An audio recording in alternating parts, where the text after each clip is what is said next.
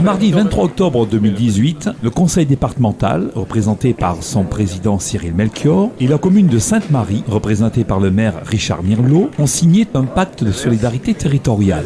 Vous avez le réservoir d'eau potable au niveau de Piton-Caillou, qui est déjà lancé. Vous avez la cité administrative qui va démarrer certainement l'année prochaine. D'accord ?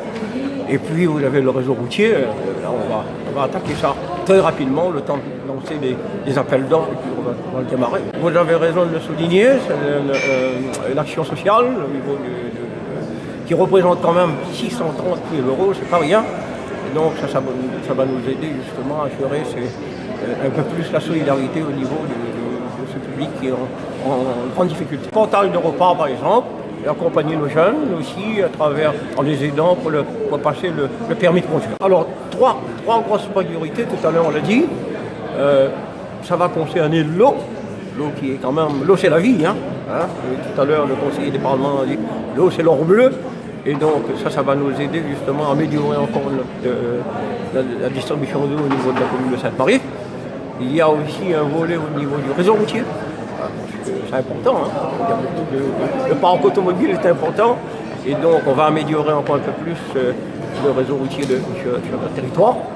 Et enfin, tout à l'heure je viens de parler, il s'agit de la nouvelle cité administrative qu'on va déplacer sur Beauséjour par rapport à un problème de submersion marine sur le centre-ville.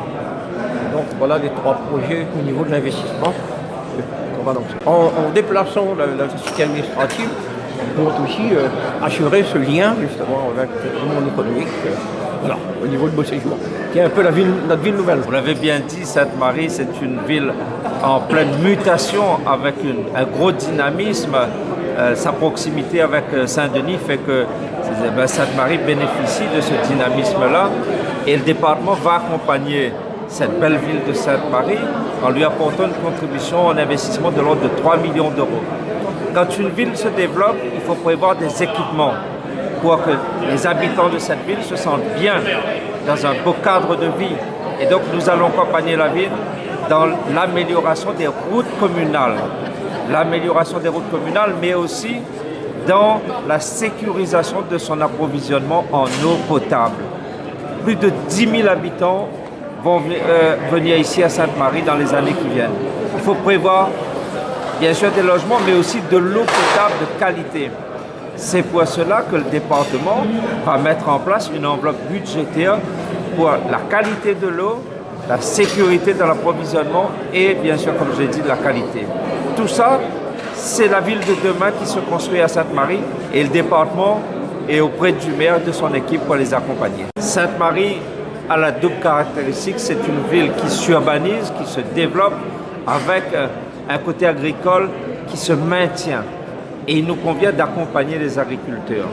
Et avec, vous savez, les modifications climatiques, Sainte-Marie, les agriculteurs de l'Est ne sont pas à l'abri de sécheresse. C'est pour cela que nous voulons mettre en place pour l'Est et en particulier pour les agriculteurs de Sainte-Marie une forme d'irrigation, de l'irrigation.